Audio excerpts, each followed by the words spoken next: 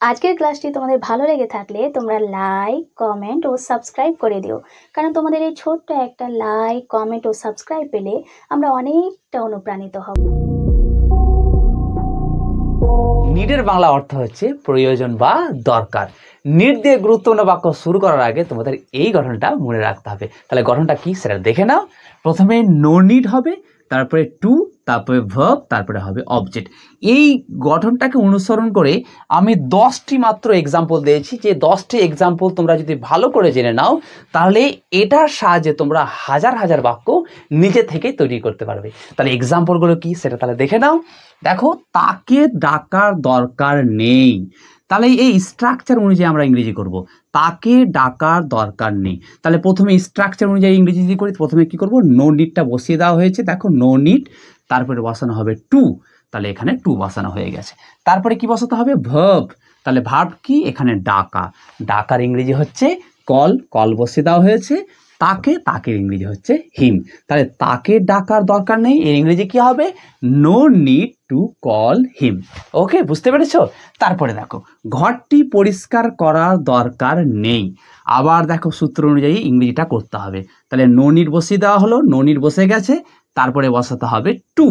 তারপরে দেখো, ভার্ব খুঁজে বের করতে হবে। তাহলে ভার্বটা কি, পরিষ্কার করা, পরিষ্কার করা ইংরেজি হচ্ছে ক্লিন। আর ঘরটি দারুণ। তাহলে ঘরটি পরিষ্কার করার দরকার নেই, no need to clean the room.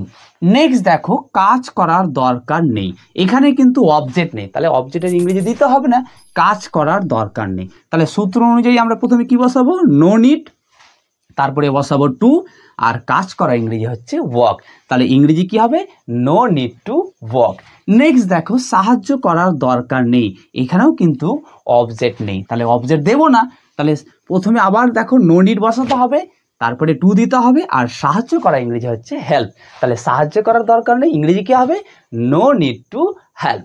Next দেখো, বইটি পড়ার দরকার নেই, এখানে কিন্তু অবজেক্ট রয়েছে বইটি। তাহলে ইংরেজি করলে কি হবে, প্রথমে নো নিড বসাবো, তারপরে টু, তারপরে কিন্তু এখানে পড়ার ইংরেজি অর্থাৎ ভার্ব দিতে হবে। পড়ার ইংরেজি হচ্ছে রিড, আর বইটি হচ্ছে দ্য বুক। তাহলে বইটি পড়ার দরকার নেই, no need to read the book.